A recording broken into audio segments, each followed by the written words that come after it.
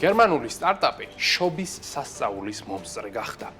ელექტრონული მფრინავი ტაქსების მწარმოებელი ლილიუმი მიმდინარე კვირის დასაწყისში გაკოტრების პირას აღმოჩნდა. თანამშრომლების განთავისუფლება მოუწია და საქმიანობაც კი შეწყვიტა. თუმცა სწორედ შობის დღეს მან ინვესტორთა კონსორციუმის Mobile Uplift-ის მხრიდან გამოსყიდვასთან დაკავშირებით ოფიციალური დასტური მიიღო, რამაც ბირჟაზე მისი აქციების 270%-იანი ზრდა გამოიწვია.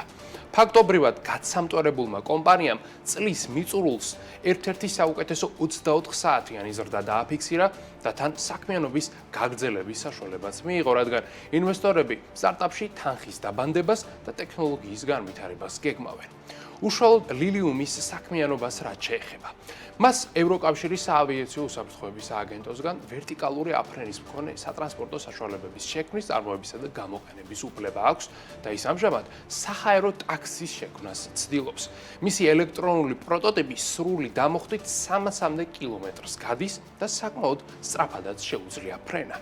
ლილიუმის საჰაერო ტაქსი ურბანული გამოყენებისთვის იქნება გათვლილი და თავისი არსით ის დიდი ზომის დრონს უფრო ჰგავს, ვიდრე თვითმფრინავს. აღსანიშნავია, რომ მცირე და საშუალო ზომის სტარტაპების გარდა მფრინავი ტაქსების შექმნაზე ინდუსტრიული გიგანტებიც მუშაობენ, მათ შორის ამერიკული Boeing და ასევე ევროპული Airbus.